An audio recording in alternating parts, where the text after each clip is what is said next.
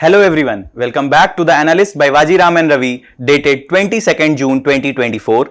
Today again we will be discussing some important topics that has appeared in today's The Hindu and The Indian Express newspapers which are very relevant for your exam. In our first topic, we'll try to look into an important act which has recently came into effect. The act is Public Examination Prevention of Unfair Means Act 2024. Then in our second topic, we'll try to look into various aspects of India-Bangladesh relations. Then in our next topic, we'll try to look into the twin tests that is applied while giving bail to the person prosecuted under Prevention of Money Laundering Act 2002. Then we'll look into an important body, that is National Tiger Conservation Authority, abbreviated as NTCA. After that, we'll learn about an important concept of economy, that is disinflation. At the end, we will look into some prelims snippets which will help you in excelling your prelims exam. So stay tuned. So our first topic is Public Examinations Act. The context of this particular topic is that this particular act, that is Public Examination Prevention of Unfair Means Act 2024, which is aimed at punishment for organized cheating, comes into effect from the Friday. This particular topic pertains to syllabus of your GS paper 2, that is education and government policies and interventions. Okay, so as a viewer, if you are watching this session or video, either you or some of your near and dear ones might be affected due to the issue of examinations leak in past 4-5 years. Okay, as per the data collected by the central investigative agencies, there has been almost cases of 70 examination leaks, and here both the examination leaks related to the job recruitments and admissions into the higher educational institutions, and it had affected more than 1.7 crore students aspirants. This particular map where I want to draw your attention, okay, which is mainly about the job recruitment examinations leak. This particular data says that in almost 15 states there has been more than 41 job recruitment examinations leak. Particularly states like Uttar Pradesh and Rajasthan have been much affected by this particular issue. In Rajasthan, more than 38,41,000 aspirants or students were there who were affected by these examination leaks. That shows us the issue that is very much abysmal. So government came with this particular act, and this was passed in month of February 2024, and aim was to prevent the unfair means in order to bring greater transparency, fairness and credibility to the public examination system. And this is the first central government legislation which is addressing the unfair practices in the public examination. Let's try to look into some of the major provisions of this particular act. Okay, under the section 3 of this act, thus it has listed almost 15 actions that will amount to using unfair means in the public examination. Okay, and it should also be kept in mind that these unfair means were mainly targeted for the monetary or the wrongful gains. Some of the unfair means that particular act have listed is the leakages of the question paper, providing solutions of the question paper, tampering with the OMR sheets, creation of fake websites and conduct of the fake examination. If any of these methods are resorted by any person, he may be prosecuted under this Public Examination Act. The section 2 of this particular act has also defined what is public examination and what is public examination authority. The act says that examination which is conducted by public examination authority listed in the schedule of this particular act, and these public examination authorities are UPSC, SSC, RRBs, IBPS, NTAs, or the ministries or the department of the central government. All these are categorized under the Public Examination Authority, and the exams conducted by them are public exams. So if any person is doing any unfair means regarding these exams, he may be prosecuted, arrested under this particular act. Now I want to ask a question to you people, since most of you are preparing for the UPSC exam. Tell me your answers in the comment box, that under which article of the Constitution does the provisions related to the Union Public Service Commission are given? Which particular article provides for the establishment of an Union Public Service Commission for conducting various exams? Okay, if we look into various other provisions and related punishments and fine under the section 10 subclause 1, the person who is committing the offense, the subject is related to them, the person who is committing that offense are dealt under the section 10 subclause 1, where the punishment is almost for the 3 to 5 years imprisonment and fine up to 10 lakhs.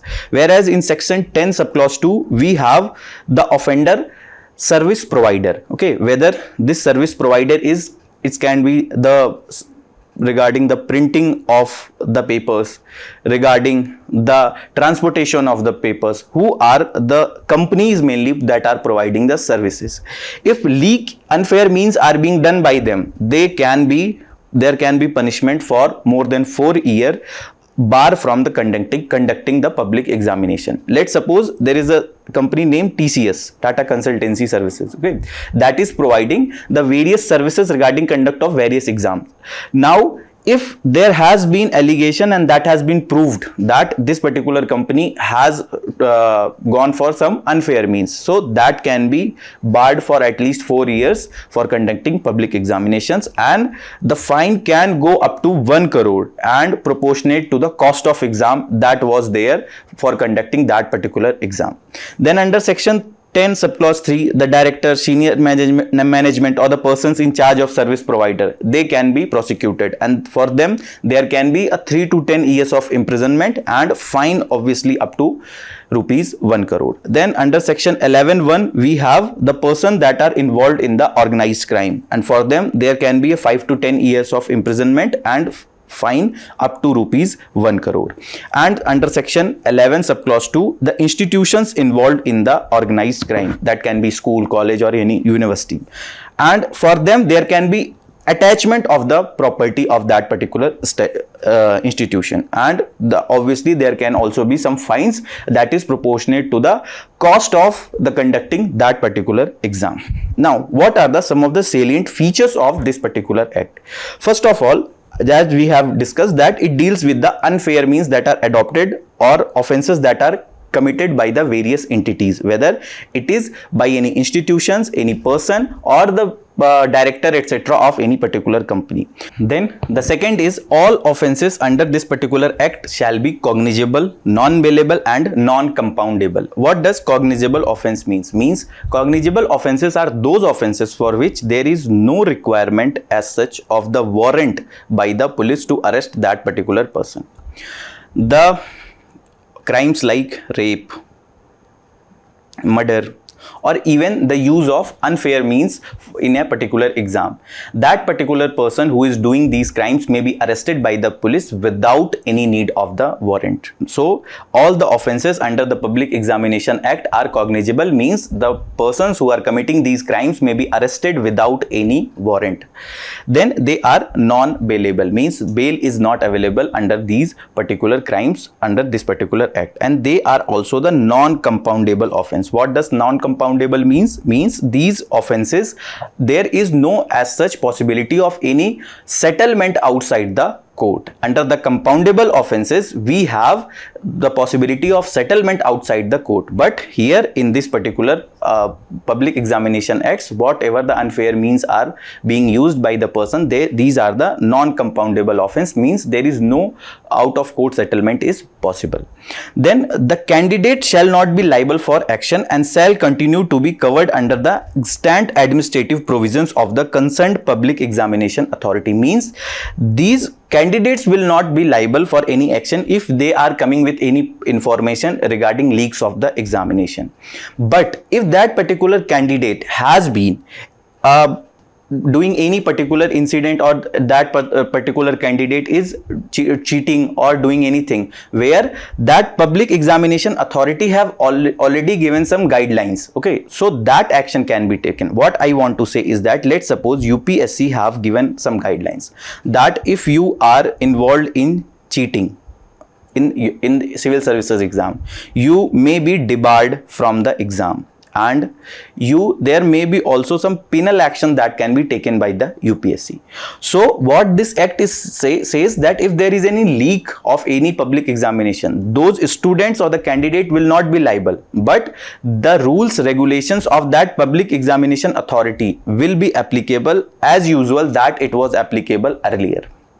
Then, as we have seen that there are various penalties that are available for various offences, and highest penalty will be imposed for the organized crime, where the people have formed a nexus between different people, officers and political persons, and there will be much higher penalties whenever there is organized crime will be there. And additional punishments will be for non-payment of fines as per the Bharatiya Nyaya Sanhita 2023, and there are also provisions of the attachment of property that we have just seen. And this act will also serve as a model draft for the states for the adoptions at their discretion. This will aid states in the preventing criminal elements from disrupting the conduct of their state level public examination. Okay, there are various public service commissions. For example, Uttar Pradesh Public Service Commission, RPSC, Rajasthan Public Service Commission, who also conducts various exams for various subordinate services. And most of these leaks are also happening at the state level. So this particular act, Model Public Examination Act 2024 by central government, will act as a model law for these states, and these states can make their laws by their state legislatures by treating this particular act as a model law. Now, what are the various concerns regarding this particular act? First of all, there are various loopholes where students are kept out of criminal sanctions. It is very good that the innocence of students have kept in priority, but there might be a case that where people involved in organized crime or use of unfair means may keep students at the forefront whenever the cases of leaks came out in the public. So in that particular case, when these students will not be liable for any actions, those perpetrators or those persons who were the actual committers of these unfair means may get out of the law of land, may get out of any of the actions by the police.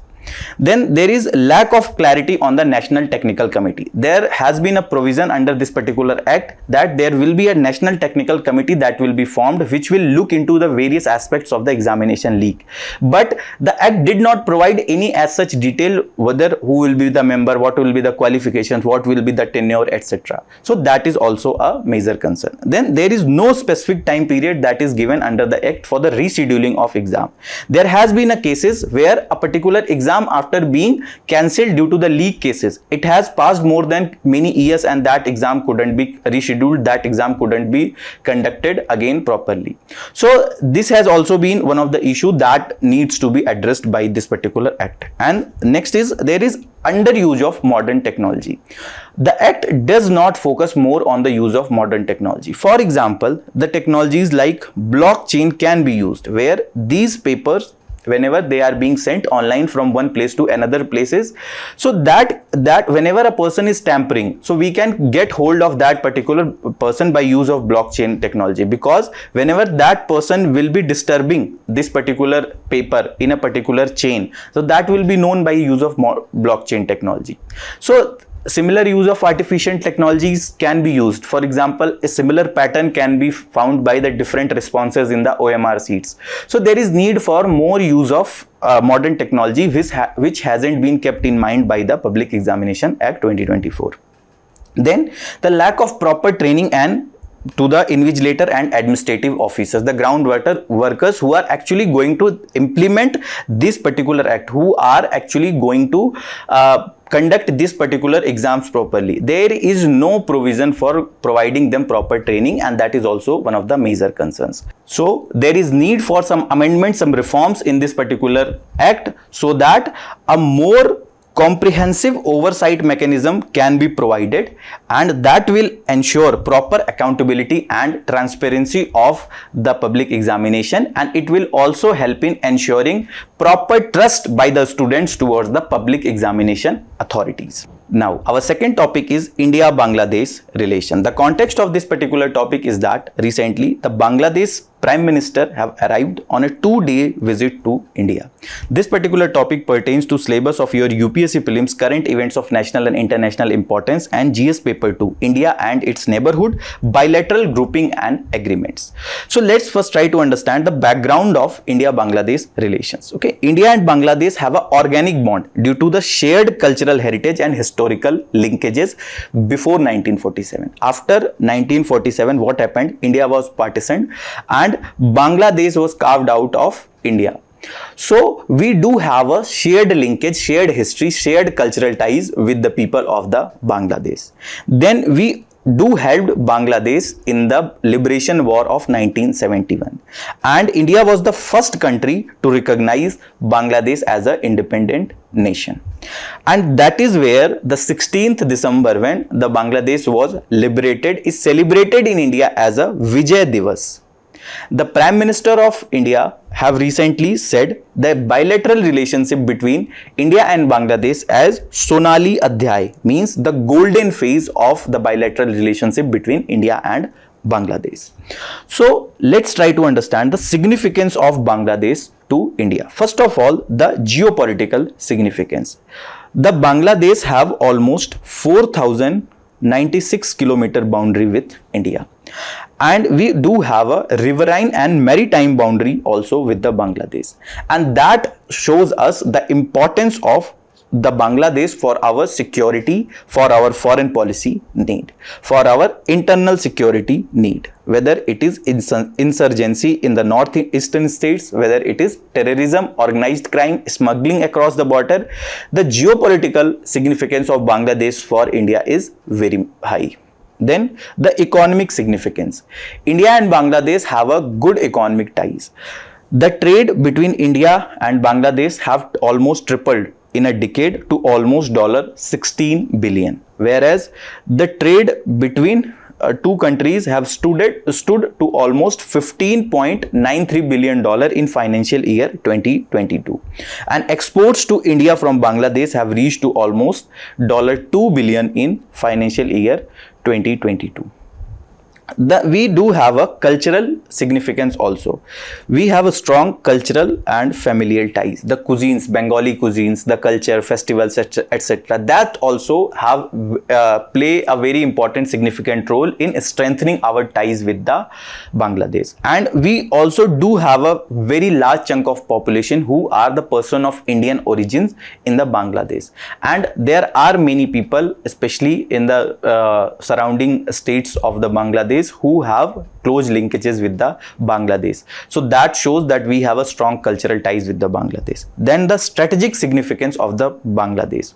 The strategic location where it is, we can say it is a bridge between India and its northeastern states. So this strategic location is also an important pillar in India's Act East policy, and where India focuses on closer ties with the countries of the Southeast Asia. Okay, the countries who are located in the Southeast Asia, when we are focusing more on the closer ties with them, and that is the mandate of the India's Act East policy. So whether to improve our linkages, to improve our connectivity, to improve our trade with the southeastern states towards achieving our goal of Act East policy, or towards serving the needs of the northeastern people, Bangladesh serves as an important linkage between them. Then the environmental concerns. We have more than 50 transboundaries rivers between India and Bangladesh, and the proper maintenance of that ecological system is very important, whether it is the water management, flood management, or the insurance of the proper mangroves health. That all these are also very significant towards the India-Bangladesh relations. So let's try to look into what are the various areas of the cooperation. First is the economical and the commercial area. We have seen a recent uptrend in the trade between India and Bangladesh. Some of the highest traded commodities between the India and Bangladesh is the textile articles, okay, which India is one of the highest importers from the Bangladesh.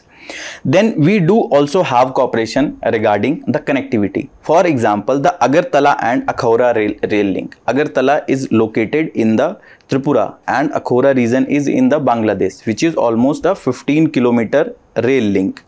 So that shows the importance at the area of cooperation we have regarding in the connectivities. Okay, and further in future it can help us in ensuring the proper connectivity from the mainland to the northeastern areas. Then we have also some cooperation in the developmental partnerships where India is extending line of credit to the Bangladesh for development of various infrastructures in their country.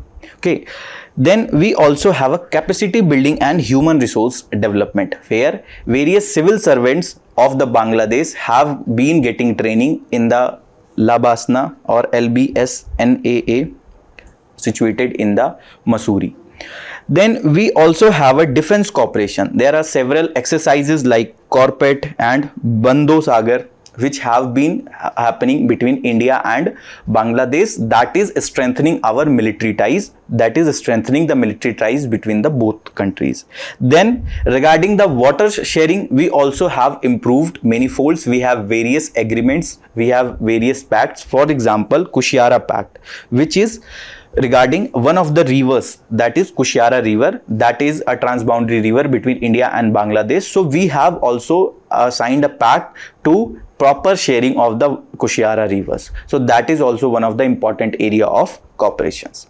Now we'll look into what are the various existing challenges. First is the geopolitical challenges. As we have said that India have almost more than 4,000 kilometer border between India and Bangladesh. So there are border disputes at various locations. Apart from this, there are issues regarding smuggling of cattle, etc., organized crime related issues, okay, illegal immigrant issues. All these create a lot of geopolitical challenges for India, which needs to be addressed. Okay, for example, there is need for proper fencing of our borders, etc. The radar based fencing system, etc., can be installed. Then the economical challenges. Okay, there has been allegations, there has been various apprehensions by the Bangladesh that there are various non-tariff barriers that are imposed by the India for the products that we are importing from the Bangladesh. Let's try to understand briefly what are the tariff barriers and what are non-tariff barriers.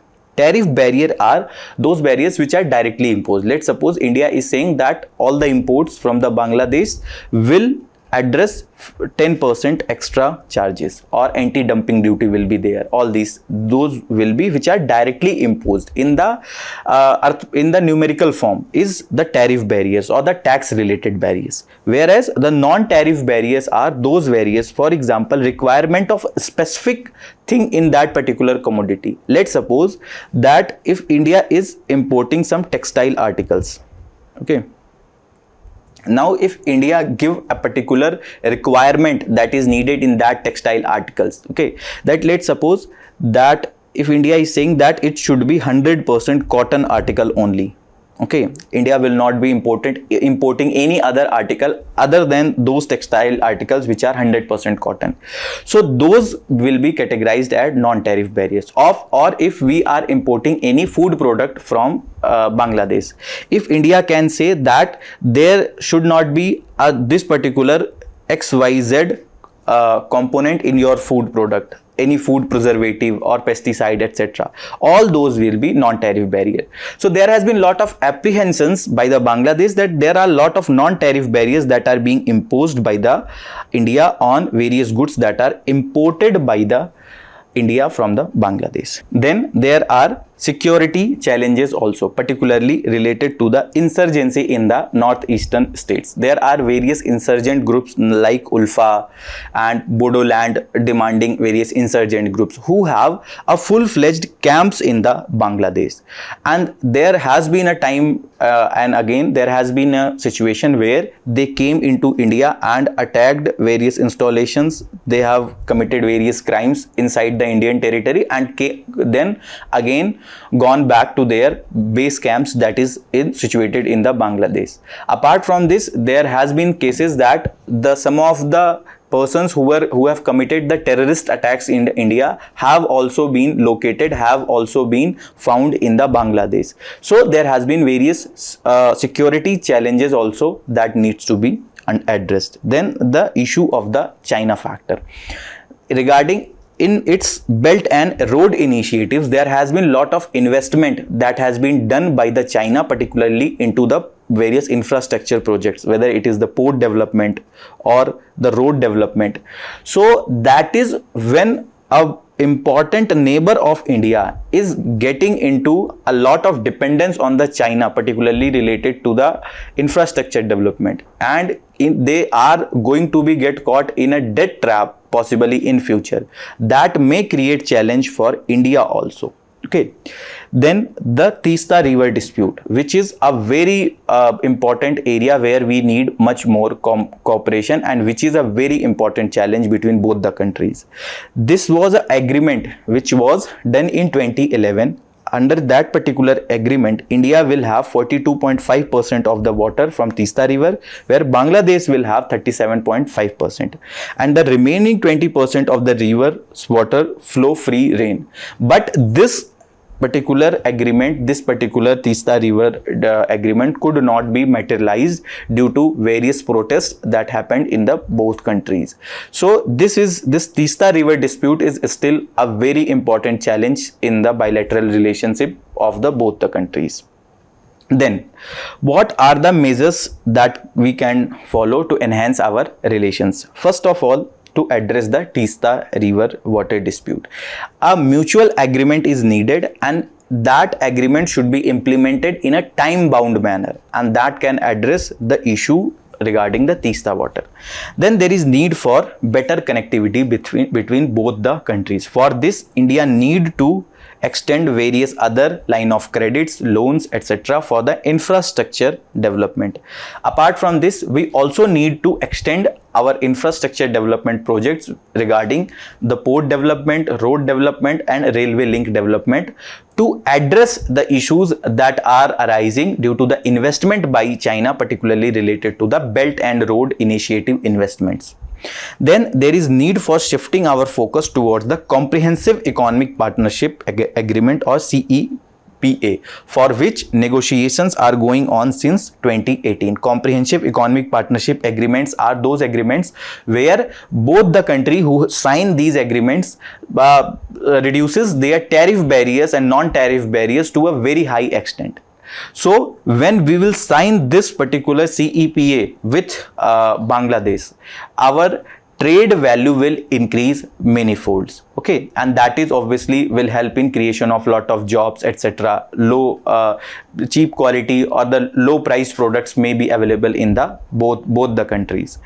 Then there is need for various measures that can help in countering the China. For this, we need to assist Bangladesh with critical technologies, whether it is the new emerging technologies like artificial intelligence or technologies like nuclear technologies.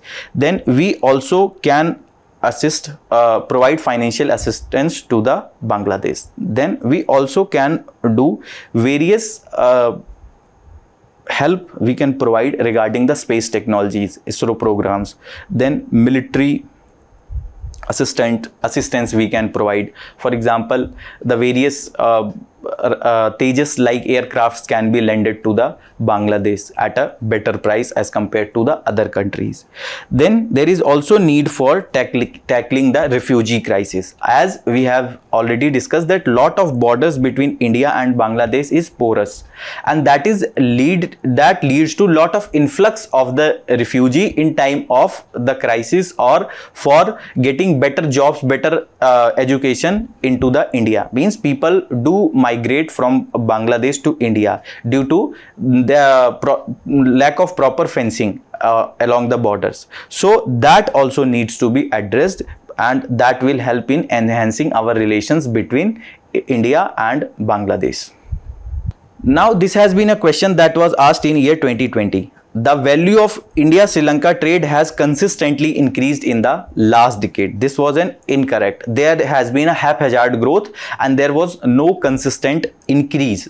Then textile and textile articles constitute an important item of trade between India and Bangladesh. This is a correct option, and this is a, we have seen this also, that textile and the textile articles constitute a very important item of trade between India and Bangladesh. In the last 5 years, Nepal has been the largest trading partner of India in the Southeast Asia. This is incorrect. Only option B2 only was correct option here, and that we have seen. So our next topic is PMLA and twin test. The context of this particular topic is that a day after trial court granted bail to Delhi Chief Minister, who is in jail for money laundering charges, the Delhi High Court have put on hold on that decision of granting bail to Delhi CM. This particular topic pertains to syllabus of your GS paper 2, government policies and interventions, and syllabus of your GS paper 3, money laundering. So what does money laundering means? It is an act of concealment of the original sources of that money, original identity of that money. In simpler terms, we can say it is the conversion of black money which has been generated by illegal means or illegal activities or some crime related activities, and turning of those money, that is black money that is generated from these illegal activities, to white money is a process of money laundering. Now, to curb this menace of money laundering, this Act, Prevention of Money Laundering Act 2002 came, which was enacted in January 2003. And the main aim is that it seeks to combat the money laundering. Some of the major objectives that are given in the act is that to prevent and control the money laundering, to confiscate and seize the property obtained from the laundered money, and to deal with any other issue connected with the money laundering in India. And there has been several amendments that has been done from time to time, and recently few years back there also has been several amendments that happened. So what is the section 45 of the Prevention of Money Laundering Act? The section 45 says that no accused person shall be granted bail unless the public prosecutor has been given an opportunity to oppose the application for such release, and where the public prosecutor opposes the application, the court is satisfied that there are reasonable grounds for believing that he is not guilty for such offense and that he is not likely to commit any offense while on bail. Then there has been also some stringent threshold that has been given, that the person has to prove in the court that he or she is the prima facie innocent of that offense, and the accused shall be able to convince the judge that he would not commit any offense while on bail. In simpler terms, means the burden of proof is entirely on the incarnated accused, who is handicapped to fight the might of the state. What does it mean? Let's suppose this is a person ABC who has been accused of money laundering. Okay, now when there will be a petition of bail will be in any court, now the burden of proof will lie on this particular person ABC to prove that he is not guilty.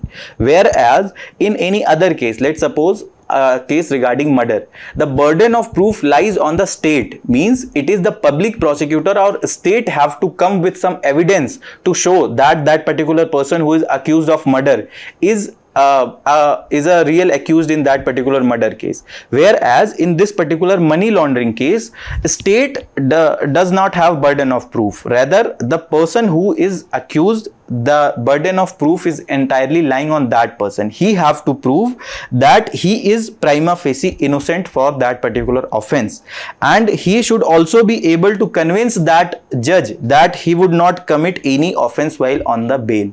So these two tests, these two provisions are very subjective, and that's why it becomes very difficult to get bail under the Prevention of Money Laundering Act. Then what was the legality of the twin test? It first came in 2017 and Supreme Court gave a judgment in the case Nikesh Tarachand Shah versus Union of India. This was a two-judge bench which says that this provisions under section 45, which provides for the twin test while providing for the bail of an accused, is unconstitutional. Parliament, what they did, they came with Finance Act to 2018, where they have reinserted those provisions in that particular Prevention of Money Laundering Act. Again, this particular case came in front of Supreme Court in 2022. The 3-judge bench rejected the previous ruling in the Nikesh Tarachand Shah versus Union of India. They said that the particular judgment, that 3 judges bench emphasized on the perception of Parliament regarding the seriousness of money laundering and its threat to the national sovereignty and integrity. So they have upheld those provisions of the twin test in this Vijay Madan Lal Chaudhary versus Union of India case. Then what has been the government argument? The government argument in this Vijay Madan Lal Chaudhary versus Union of India case was that those involved in the money laundering cases are influential, intelligent and resourceful. If they will come out of the bail, they might hamper the investigation process. Then the offenses, and especially the people who are doing these offenses, there are advanced technologies that are being used to conceal the transactions, and there may be a case that that person who is committing that crime, if he came out on the bail, that might also affect the progress of that particular investigation, and that is why there is requirement of twin test for the bail. At this point of time, there is no stay on the twin test. As we have seen the current, we will be looking at the current position, that there is no stay on that particular twin test. But the challenge is that whether the Finance Act 2018, which was passed as a money bill, what happened? That after this Nikesh Tarachand case, government reinserted those provisions of twin test by help of a money bill. Okay. Now, what happens in a money bill? First of all, whether a money bill, whether a bill is a money bill or not is decided by the speaker. Now, here, when a bill is being passed by the money bill, the Lok Sabha have a upper hand. The Rajya Sabha has only recommendation, powers of the recommendations only. So, this particular Act, Finance Act 2018, whether that can be passed as a money bill or not is one of the case, one of the thing that is in front of Supreme Court, and Supreme Court have still not constituted a bench to look whether this particular amendment in the Prevention of Money Laundering Act can be passed through the money bill or not. And as we have said, that Supreme Court is still to constitute a larger bench to look into this issue whether that can be passed by a money bill or not. At present, there is no stay on the twin provisions that are required for the granting bail under the Prevention of Money Laundering Act. And this Vijay Madan Lal Chaudhary versus Union of India case, which calls for the strict applications of twin test for both anticipatory and regular bails, is going on for a person who is accused under the money laundering charges.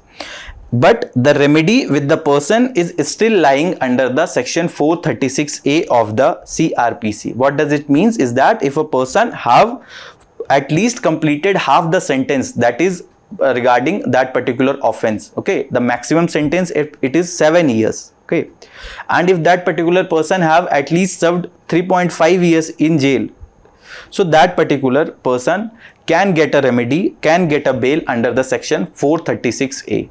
Now, our next topic is NTCA, or National Tiger Conservation Authority. The context of this particular topic is that recently the National Tiger Conservation Authority has sought a timeline and action plan on the relocation of villages situated inside the critical tiger habitat of a tiger reserve. This particular topic pertains to syllabus of your UPSC Prelims Environment and Ecology and GS paper 3 Environmental, Pollution and Conservation. Let's try to look into some of the basics first. This National Tiger Conservation Authority constituted through an amendment in the Wildlife Protection Act 1972 in year 2006. It was earlier established in 2005 only by the recommendation of a task force which was constituted, but it got its statutory status through the amendment in the Wildlife Protection Act 1972 in 2006 only. The nodal ministry for this particular authority is Ministry of Environment, Forest and Climate Change. The chairperson of this particular NTCA is the minister in charge of Ministry of Environment, Forest and Climate Change. Apart from the Minister of State of Ministry of Environment, Forest and Climate Change is also member of this NTCA. Then some parliamentarians or the MPs are also part, and the secretary of this Ministry of Environment, Forest and Climate Change is also member of this NTCA. The major functions of this NTCA is to conduct all India tiger estimation, creates annual plan of the operations of the tiger reserves, then to lay down the normative standards for the tourism activities, what are the do's and don'ts in any tiger reserves, what are the various restrictions in any tiger reserves. Then it also provides measure for addressing the conflicts between men and wild animal, particularly in a tiger reserve areas. Let's try to look into various objectives of National Tiger Conservation Authority. First of all, it provides statutory authority to Project Tiger, which is a wildlife conservation movement initiated in year 1973 to protect the Bengal tigers. This project aims at tiger conservation in specially constituted tiger reserves representative of various regions throughout the area. So means this Project Tiger was mainly aimed to conserve the tiger population, especially constituted areas named tiger reserves. Now this particular NTCA also helps in fostering the accountability of center state in management of tiger reserves by providing a basis of memorandum of understanding with states within the federal structure. Let's suppose this is an area of the tiger reserves where we have to conserve the tigers, but if the areas of this particular tiger reserve lies in more than one state, so NTCA provides a mechanism of memorandum of understanding between these particular states where they can sign some MOUs, and that can help in better conservations of the tigers, particularly in these zones of the tiger reserves. Then it also provides for the oversight mechanism by the parliament, as there are various representative member of parliaments are also part of this National Tiger Conservation Authority, so that also helps in providing an oversight mechanism by the parliament. Then another objective is the addressing livelihood interest of the local people in areas surrounding the tiger reserves. The areas surrounding the tiger reserves, people who are dependent on these areas of related to the tiger reserves, whether these are the primitive peoples or the tribal peoples, whether their rights are properly respected, whether their rights are properly intact or not, that is also one of the objective, that is also one of the responsibility of the National Tiger Conservation Authority. Now let's look into some of the previous year questions related to these topics. First is that the definition of critical wildlife habitat is incorporated in the Forest Right Act 2006. This is a correct option. For the first time in India, Bagas have been given the habitat rights. This was asked in 2018, and in that particular year, the Bagas have been given the habitat rights for the first time. Union Ministry of Environment, Forest and Climate Change officially recites and declares habitat rights for the primitive and vulnerable tribe groups in any part of India. This is incorrect. These rights are decided and declared by the Ministry of Tribal Affairs. So option A, 1 and 2 only was correct here. Okay, now in 2018 they have asked critical wildlife habitat, and in 2020 they have asked critical tiger habitat, which is identified under the Wildlife Protection Act 1972, and they asked which of the following tiger reserves has one of the largest area under the critical tiger habitat. The correct option C, Nagarjun Sagar Srisalam, is the correct answer in this particular question, and this particular tiger reserve have the highest area under the critical tiger habitat. Now our next topic is disinflation. The context of this particular topic is that RBI governor have said that the food inflation is one of the important reasons behind the slow pace of disinflation. This particular topic pertains to syllabus of your UPSC Prelims Indian economy. So let's try to understand the basics first. Inflation is the general increase in the price level. Okay, so general increase in the price levels of the goods and services or the major commodities is called as inflation. But if that increase in the prices have been slowed down, okay, that is a case of disinflation. But if we are witnessing a general decrease in the price levels of the commodities, goods and services, that is case of deflation. Means when the increase in the price level have gone into a negative territory, means rather than being an increase in the general price level, we are witnessing a general decrease in the price level, that is deflation. But if we are seeing a trend where the rate of increase in the price level are witnessing a decline, is going for a decline, that is a case of disinflation. Okay, that is slowing pace of increase in the general price levels. Now, what are the various causes for the disinflation? First of all, there is excess supply of goods and services. Whenever there will be increased supply of goods and services will be there, whereas the demand, if it is remaining more or less same, it may lead to decrease in the general price levels, and that may be a case of the disinflation. Then with the technological advancement also we may witness the disinflation. What will happen when there will be a technological advancement?